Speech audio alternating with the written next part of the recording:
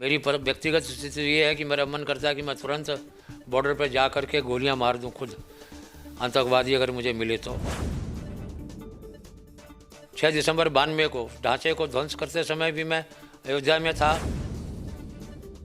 सीधा सीधा एक ही बात है, इसका रिजल्ट एक ही होने वाला है। बलूचिस्तान अलग होगा, सिंध अलग होगा, पाकिस्तान के टुकड़े होंगे, पाकिस्तान नेस्त नाबूद हो जाएगा। तन समर्पित, मन समर्पित और ये जीवन समर्पित चाहता हूँ मातृभूमि, मैं तुम्हें कुछ और भी दूँ। नमस्कार, ब्रेकिंग फास्ट समाचार में मैं फिर से आपका स्वागत करता हूं। और कल एक विशेष वीडियो को लेकर विशेष चर्चा देखा गया और वो वीडियो था स्वामी श्यामानंद जी का। उनका परिचय मैं आपको कह दूं कि फाउंडर प्रेसिडेंट है योग पुरुष स्वामी परमानंद बहुउद्देश्य संस्था के फाउंडर प्रेसिडेंट है। और स्वामी श्यामानंद जी के पास मैं सीधे जाऊंगा और थोड़ी और भी हम उनसे बातें करेंगे।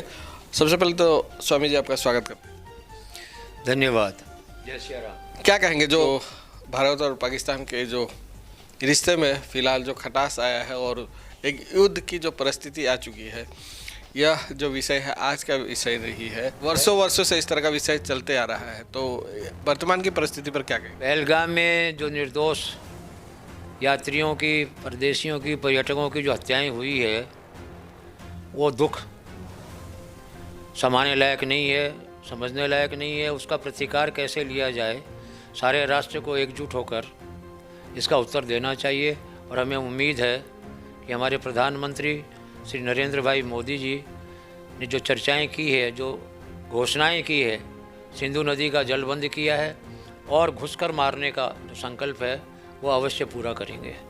और हमारा तो मेरी व्यक्तिगत स्थिति ये है कि मेरा मन करता है कि मैं तुरंत बॉर्डर पर जा कर के गोलियां मार दूं खुद, आतंकवादी अगर मुझे मिले तो। एक और सवाल पे जाने से पहले मैं आपका उम्र जान लेना चाहूँगा और हिंदू संस्थाओं से जो है आप कब से जुड़े हुए हैं। थोड़ी अगर कोई यादगार लम्हे हो या कुछ विशेष बात जिसके वजह से आप इस तरह अपना जीवन एक तरह से संस्था आज हिंदुत्व को आपने दिया है, वह भी जान लेना चाहूँगा। उम्र सबसे पहले मैं आपका जान लेना। मेरी उम्र लगभग 87 वर्ष चल रहा है, 87 रनिंग है।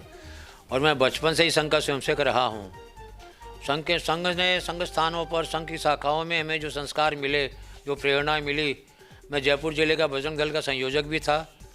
रामशिला कार्यक्रम में, भूमि पूजन में 9 नवंबर 89 को, 6 दिसंबर को भी, 6 दिसंबर 92 को ढांचे को ध्वंस करते समय भी मैं अयोध्या में था।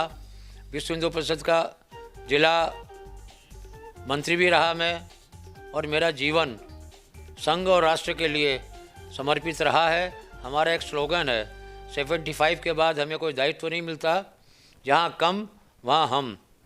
तो मेरा जो अब का शरीर की जो अवस्था है, मेरी जो आयु है, मैं चाहता हूँ, मुझे एक बहुत पुराना गीत याद आता है, उसमें हम कहा करते थे, तन समर्पित, मन समर्पित और ये जीवन समर्पित चाहता हूँ मातृभूमि, मैं तुम्हें कुछ और भी दूँ। जीवन का शेष समय राष्ट्र के काम आ सके, यही मेरी इच्छा, अंतिम इच्छा है। कल की जो परिस्थिति थी, आप इतने भावुक हो गए कि अपना जब पाकिस्तान का नाम जैसे ही आया आपका खून खोल गया और अपने पिस्तौल निकाल कर जो है युवाओं को संबोधित किया। तो ऐसा क्या जो है सिचुएशन आ गया, कितने भावुक हो गए थे और कारण क्या था, मैं आपसे जानना।